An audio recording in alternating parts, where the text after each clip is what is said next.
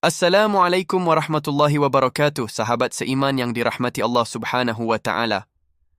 Alhamdulillah, segala puji hanya bagi Allah yang telah memuliakan generasi sahabat Rasulullah dengan keimanan, keberanian dan pengorbanan yang tiada bandingnya. Dalam kesempatan kali ini, kita akan menyimak kisah luar biasa dari salah satu sahabat agung yang masuk dalam deretan Al-Asyarah Al-Mubasysyarun bil Jannah, 10 sahabat yang telah dijamin oleh Nabi sebagai penghuni surga. Dialah Sa'id bin Zaid radhiyallahu anhu. Sahabat seiman, perlu kami tekankan sekali lagi bahwa gambar dan ilustrasi yang akan ditampilkan hanyalah simbolis, bukan untuk menampilkan wajah asli para sahabat. Semua ini semata-mata bertujuan agar kita lebih mudah membayangkan peristiwa dan semakin hidup dalam mengambil ad-durus wal ibar, pelajaran berharga dari kisah mulia mereka. Bismillahirrahmanirrahim. Mari kita mulai perjalanan penuh hikmah ini. Sa'id bin Zaid radhiyallahu anhu, dialah singa pemberani di perang Yarmuk. Seorang sahabat mulia yang termasuk dalam Al-Asyarah Al-Mubasysyarun bil Jannah, 10 sahabat yang dijamin masuk surga. Sa'id bin Zaid bukanlah sahabat biasa. Ia termasuk generasi awal yang menerima Islam sejak cahaya wahyu pertama kali menerangi Makkah. Bersama para perintis dakwah, ia menanggung tekanan, penderitaan, dan siksaan dari kaum Quraisy, namun imannya tidak pernah goyah. Walaupun ia tidak sempat hadir di Perang Badar karena menjalankan tugas dari Rasulullah, namun baginya tercatat pahala penuh Badar karena keikhlasannya dan ketaatannya pada perintah Nabi. Setelah itu, ia tak pernah absen dari barisan jihad Rasulullah, dari Uhud hingga Khandaq, dari Hunain hingga Fathu Makkah. Setelah wafatnya Rasulullah, Sa'id tetap berada di garis depan. Ia ikut dalam ekspedisi ke negeri Syam, ikut mengepung Damaskus, hingga akhirnya Abu Ubaidah bin Al-Jarrah menunjuknya sebagai gubernur pertama umat Islam di kota itu. Sebuah amanah besar yang ia jalankan dengan penuh tanggung jawab. Bayangkanlah, seorang sahabat yang dijamin surga, seorang pejuang di medan perang, sekaligus pemimpin pertama kaum muslimin di Damaskus. Sa'id bin Zaid, namanya mungkin tidak seterkenal sahabat-sahabat besar lainnya, tapi di sisi Allah, ia termasuk orang-orang pilihan. Sebelum kita mengenal Sa'id bin Zaid radhiyallahu anhu, salah seorang sahabat mulia yang dijamin surga, mari kita menelusuri jejak sang ayah, Zaid bin Amr bin Nufail. Dari beliaulah akar keimanan itu tumbuh, menurunkan keturunan yang kelak menjadi singa di medan jihad. Di tengah masyarakat Quraisy yang tenggelam dalam kegelapan penyembahan berhala, Zaid tampil sebagai sosok yang berbeda. Saat kaumnya sujud pada batu yang tak bisa mendengar dan tak bisa memberi manfaat, Zaid justru mengangkat pandangan ke langit, beribadah hanya kepada Allah yang Maha Esa. Ia menolak mengikuti keyakinan kaumnya. Berhala-berhala besar seperti Lata, Uzza, dan Hubal sama sekali tidak ia akui. Bahkan, ia mengecam dengan lantang. Allah yang menurunkan hujan, menumbuhkan rumput untuk ternak, lalu kalian sembelih dengan menyebut nama selainnya? Bukan hanya itu, Zaid juga menentang kebiasaan kejam orang Quraisy yang mengubur bayi perempuan hidup-hidup. Jika ia mendapati seorang ayah hendak melakukannya, Zaid akan berkata, "Jangan, serahkan anak itu kepadaku, aku yang akan merawatnya." Dan benar, ia merawat anak-anak itu hingga dewasa, lalu mengembalikannya kepada keluarganya jika mereka berkenan, atau tetap menjaganya dengan penuh kasih sayang. Hati Zaid terus gelisah. Ia merasa agama kaumnya hanyalah kesesatan. Bersama 3 orang lainnya, Waraqah bin Naufal, Ubaidullah bin Jahsy, dan Utsman bin Al-Huwairits, ia bersepakat untuk mencari agama yang benar, agama Nabi Ibrahim alaihissalam. Mereka pun berpisah menempuh jalan masing-masing. Waraqah mempelajari kitab-kitab Nasrani. Ubaidullah masuk Islam, lalu murtad dan wafat sebagai Nasrani di Habasyah. Utsman pergi ke Romawi dan masuk Nasrani. Sedangkan Zaid, ia memilih jalan berbeda. Ia tidak mau masuk Yahudi maupun Nasrani, tetapi juga menolak berhala. Ia berkata, "Aku menyembah Rabb Ibrahim." Ia menjauhi bangkai, darah, dan sembelihan berhala. Ia tidak berhenti mengingatkan kaumnya dari kesesatan mereka. Asma binti Abu Bakar radhiyallahu anha pernah menyaksikan sendiri Zaid bersandar di Ka'bah sambil berseru lantang, "Wahai Quraisy, demi Allah, tidak ada seorang pun di antara kalian yang masih mengikuti agama Ibrahim selain aku." Namun keberanian Zaid membuatnya dibenci kaumnya. Pamannya, Al-Khattab bin Nufail, ayah Umar Al-Khattab, menyiksanya habis-habisan. Ia dilarang masuk Makkah, hanya bisa masuk secara sembunyi-sembunyi. Meski disiksa, Zaid tetap bertekad mencari kebenaran. Ia melakukan perjalanan panjang ke berbagai negeri, menyusuri Irak, Jazirah, hingga Syam. Ia menemui para rahib dan pendeta bertanya tentang agama Hanif. Hingga ia tiba di Balqa, bertemu seorang rahib yang berkata, "Engkau mencari agama Ibrahim. Hari ini tidak ada seorang pun yang bisa menunjukimu. Tetapi telah tiba masanya akan lahir seorang nabi di negerimu, membawa agama Hanif. Pulanglah, karena itulah jalanmu." Kabar itu membakar semangat Zaid. Ia pun segera pulang. Namun di tengah perjalanan, di wilayah kabilah Laham, ia diserang dan dibunuh. Menjelang wafat, Zaid mengangkat pandangannya ke langit seraya berdoa, "Ya Allah, jika aku tidak sempat meraih kebaikan ini, maka janganlah engkau halangi putraku darinya." Doa itu terkabul. Putranya Sa'id bin Zaid kelak tumbuh menjadi sahabat agung, salah seorang dari 10 yang dijamin masuk surga. Rasulullah sendiri menegaskan kemuliaan Zaid. Ketika Sa'id dan Umar bertanya apakah boleh memohonkan ampun untuknya, Nabi menjawab, "Ya, karena ia akan dibangkitkan kelak sebagai umat yang sendirian." Dengan demikian, sebelum kita menyelami perjalanan Sa'id bin Zaid, kita telah mengenal sosok ayahnya, Zaid bin Amr bin Nufail, seorang pencari kebenaran sejati yang menanamkan akar keimanan kuat hingga berbuah pada generasi setelahnya. Sa'id bin Zaid radhiyallahu anhu, seorang pemuda yang menjadi bagian dari generasi pertama Islam. Ia masuk Islam sebelum Rasulullah mendirikan markas dakwah di rumah Al-Arqam. Namun keimanan selalu menuntut pengorbanan. Sejak awal Sa'id harus menanggung siksaan karena keyakinannya. Ia sendiri pernah berkata di hadapan orang-orang, "Seandainya kalian melihat bagaimana Umar, sebelum masuk Islam, mengikatku dan mengikat saudara perempuannya hanya karena kami beriman, niscaya kalian tahu bahwa siapapun yang marah atas perlakuan itu berhak untuk marah." Betul, Sa'id bukan hanya menderita, tetapi juga melihat istrinya, Fathimah bintil Khattab, ikut merasakan derita yang sama. Fathimah adalah saudara kandung dari Umar bin Al-Khattab. Dan justru dari rumah pasangan inilah Allah menakdirkan sesuatu yang agung, hidayah bagi Umar. Kisah itu bermula ketika Umar marah mendengar kabar bahwa adiknya, Fathimah, dan suaminya, Sa'id, telah mengikuti Muhammad. Ia datang dengan penuh amarah, bahkan tak segan mengangkat tangan. Namun begitu mendengar lantunan ayat Al-Quran dari surah Taha, hatinya luluh. Doa Rasulullah pun terjawab, "Ya Allah, muliakanlah Islam dengan salah satu dari 2 orang yang lebih engkau cintai, Abu Jahl atau Umar bin Al-Khattab."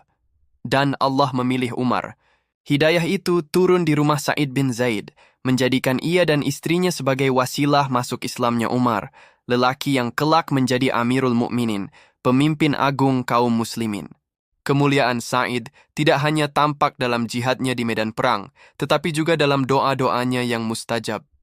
Diriwayatkan bahwa seorang wanita bernama Arwa binti Uwais pernah menuduh Sa'id bin Zaid secara zalim. Ia menuduh Sa'id telah merampas sebagian tanahnya, lalu membawa perkara itu kepada Marwan bin Al-Hakam, gubernur Madinah saat itu. Marwan pun memanggil Sa'id untuk dimintai keterangan. Dengan penuh keyakinan dan ketegasan, Sa'id berkata, "Apakah aku akan merampas tanahnya, sedangkan aku sendiri telah mendengar Rasulullah bersabda, barang siapa mengambil sejengkal tanah dengan cara yang zalim, niscaya Allah akan memikulkan kepadanya tanah itu hingga 7 lapis bumi." Mendengar jawaban itu, Marwan berkata, "Aku tidak meminta bukti lain darimu setelah ini." Namun Sa'id tidak berhenti di situ. Ia mengangkat tangannya dan berdoa kepada Allah, "Ya Allah, jika wanita itu berdusta, maka butakanlah matanya dan matikanlah dia di tanahnya sendiri." Waktu pun berlalu, dan doa itu benar-benar terkabul. Suatu hari ketika ia berjalan di tanah miliknya sendiri, ia terperosok ke dalam sebuah lubang besar di sana. Ia pun meninggal di tempat itu, tepat di tanah yang pernah ia perselisihkan dengan Sa'id. Peristiwa ini menjadi bukti nyata akan kemuliaan doa Sa'id bin Zaid, serta tanda bahwa Allah melindunginya dari kezaliman. Para ulama menukil kisah ini sebagai salah satu bukti bahwa Sa'id adalah sahabat yang sangat dekat dengan Allah, sehingga doa-doanya tidak tertolak. Sa'id bin Zaid radhiyallahu anhu dikenal sebagai sahabat yang selalu setia bersama Rasulullah dalam hampir seluruh peperangan. Kecuali Perang Badar, hal itu dikarenakan Rasulullah memberinya tugas penting yang harus dijalankan demi kelancaran perjuangan Islam. Ketika kaum muslimin bergerak menuju Badar, Nabi mengutus Sa'id bin Zaid bersama Thalhah bin Ubaidillah untuk melaksanakan misi pengintaian. Tugas mereka adalah memantau kafilah dagang Quraisy yang datang dari Syam di bawah pimpinan Abu Sufyan. Rasulullah ingin mengetahui jalur perjalanan kafilah tersebut, jumlah pengawalnya, serta kapan mereka akan melewati rute yang dekat dengan Madinah. Kedua sahabat ini berangkat sesuai perintah Nabi, menempuh perjalanan panjang menyusuri rute perdagangan. Mereka berusaha mendahului kafilah Quraisy agar bisa membawa kabar yang akurat kepada Rasulullah. Namun ketika mereka kembali ke Madinah, ternyata Perang Badar telah usai dan Allah telah memberikan kemenangan gemilang kepada kaum muslimin. Meskipun Sa'id bin Zaid dan Thalhah bin Ubaidillah tidak hadir langsung di medan pertempuran, Rasulullah tetap memberikan kepada mereka bagian dari ghanimah, harta rampasan perang. Dengan begitu, keduanya mendapat kedudukan yang sama seperti para pejuang yang hadir langsung di Badar. Karena itu, Sa'id bin Zaid tetap tercatat sebagai salah satu ahli Badar, yakni orang-orang yang ikut dalam peristiwa agung itu, meski tidak mengangkat pedang secara langsung. Dan keutamaan ahli Badar sangatlah besar, sebagaimana sabda Nabi bahwa Allah telah melihat kepada mereka dan berfirman, "Lakukanlah apa saja yang kalian kehendaki, sungguh aku telah mengampuni kalian." Sejak Rasulullah wafat, Sa'id bin Zaid tidak pernah absen dari jihad. Ia selalu hadir di medan pertempuran, senantiasa berharap meraih syahadah, mati syahid di jalan Allah, dan tidak menginginkan balasan lain selain ridha Allah Ta'ala. Salah satu pertempuran besar yang mencatat jejak kepahlawanannya adalah Perang Ajnadin melawan pasukan Romawi. Dalam pertempuran ini, Sa'id bin Zaid ditunjuk sebagai panglima pasukan berkuda. Ia tampil sebagai sosok yang paling gagah, berani, dan keras menghadapi musuh. Ketika pasukan Romawi mulai melepaskan hujan anak panah yang membuat kaum muslimin terdesak, Sa'id melihat kondisi itu dan segera berseru lantang kepada panglima besar kaum muslimin, Khalid bin Al-Walid. "Wahai Khalid, mengapa kita hanya menjadi sasaran panah orang-orang ajam ini? Mereka terus menghujani kita sehingga kuda-kuda sulit dikendalikan." Mendengar teriakan itu, Khalid langsung memberi aba-aba. "Seranglah mereka dengan menyebut nama Allah. Semoga Allah merahmati kalian." Maka pasukan kaum muslimin bergerak serentak, dipimpin Khalid dan didorong keberanian Sa'id bin Zaid. Mereka menghadapi dua gelombang serangan besar pasukan Romawi, pertama dari sisi kanan, lalu dari sisi kiri. Meskipun dihujani panah tanpa henti, kaum muslimin tetap teguh, sabar, dan tidak bergeming. Setelah itu, Sa'id bin Zaid bersama para pejuang Islam melancarkan serangan balik yang sangat dahsyat. Pasukan Romawi hanya mampu bertahan sebentar, lalu porak-poranda. Mereka menderita kekalahan besar. Markas mereka direbut, dan kaum muslimin menewaskan ribuan tentara musuh. Dalam riwayat Ats-Tabari dari Ibnu Ishaq disebutkan, Qubqular, panglima pasukan Romawi, saat menyaksikan kedahsyatan serangan kaum muslimin berkata kepada prajuritnya, "Tutuplah kepalaku dengan kain." Orang-orang bertanya, "Mengapa engkau berkata demikian?" Ia menjawab, "Hari ini adalah hari yang paling buruk. Aku tidak ingin melihatnya. Demi Allah, aku tidak pernah menyaksikan dunia seburuk ini." Tak lama kemudian, ia tewas ditebas pedang kaum muslimin dalam keadaan kepalanya sudah ditutupi kain. Peran Sa'id bin Zaid dalam Perang Ajnadin bukan hanya sebagai panglima pasukan berkuda, tetapi juga penentu jalannya pertempuran. Kepekaan Sa'id bin Zaid di medan perang begitu menonjol. Ia tidak rela pasukan muslim hanya menjadi sasaran panah musuh. Dengan penuh keberanian, ia lantang berseru kepada Khalid bin Al-Walid. Teriakan itu bukan sekadar suara protes, melainkan wujud kepemimpinan dan kecerdasan militernya, sebuah pengingat bahwa kaum muslimin tidak boleh diam dalam menghadapi serangan. Seruan Sa'id inilah yang menjadi pemicu serangan balik. Ucapannya menyadarkan Khalid bahwa saatnya kaum muslimin maju, bukan sekadar bertahan. Maka strategi pun berubah, pasukan muslim bangkit menyerang, dan kemenangan besar pun berhasil diraih.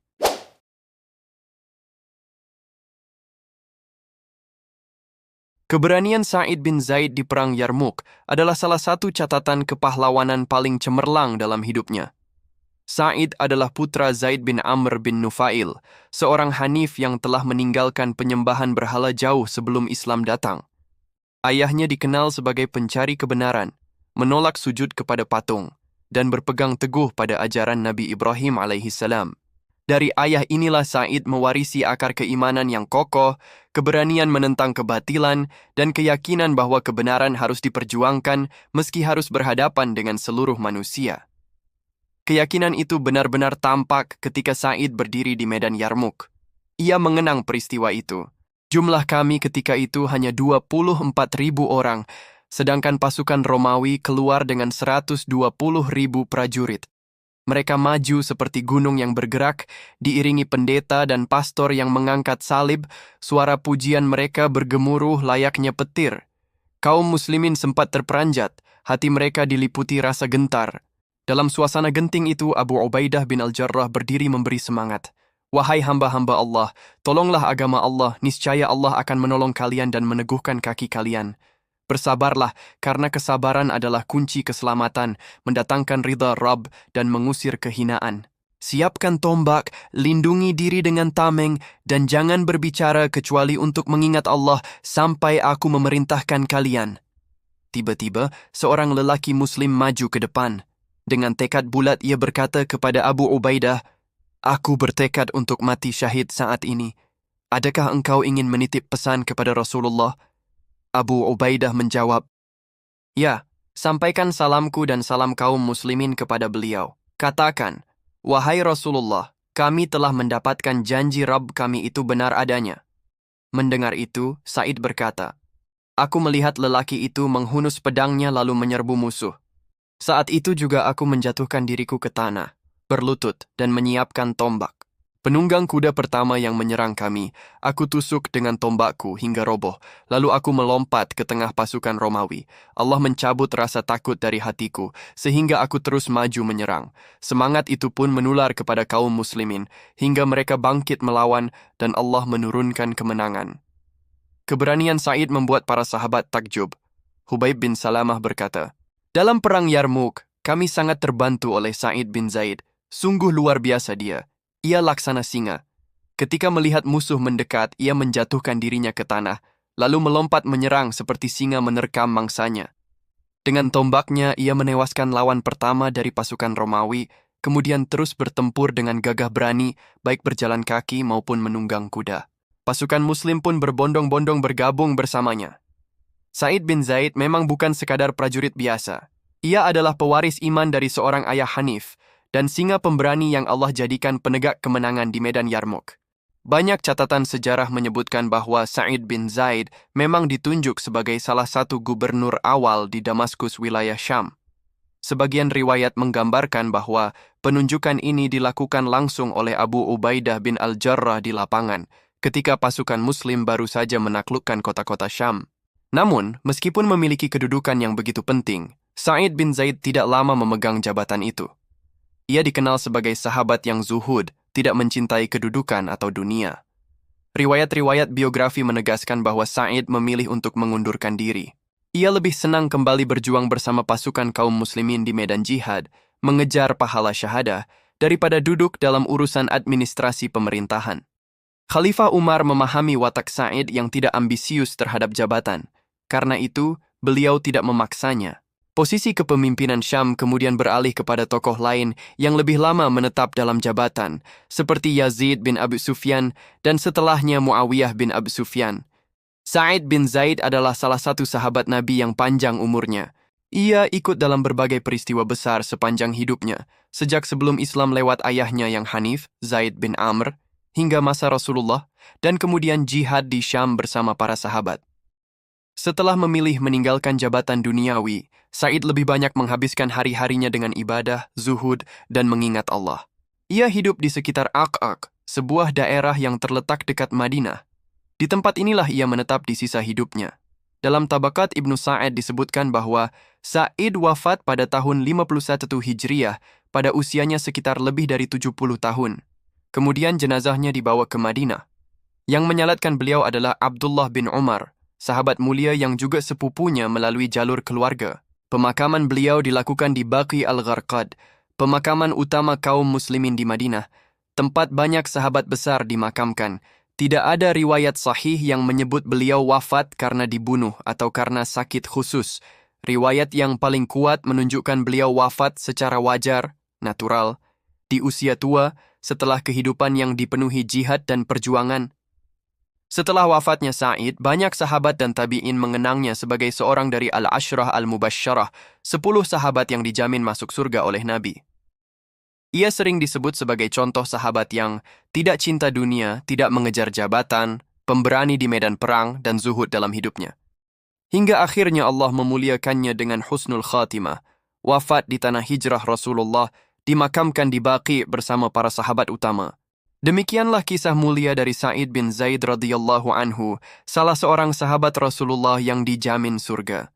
Dari perjalanan hidupnya, kita belajar arti keberanian, keteguhan iman, dan kerendahan hati dalam mengemban amanah.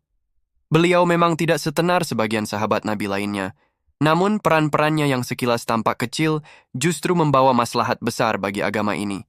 Dialah yang menjadi sebab hidayah sampai kepada Umar bin Al-Khattab radhiyallahu anhu yang kelak memimpin umat dan menegakkan keadilan di seluruh penjuru dunia Islam.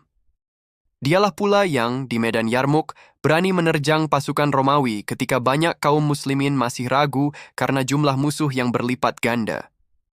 Keberaniannya mengobarkan semangat pasukan hingga akhirnya Allah menurunkan kemenangan. Semoga kisah ini menambah cinta kita kepada para sahabat Nabi dan menguatkan langkah kita untuk istiqamah di jalan Allah.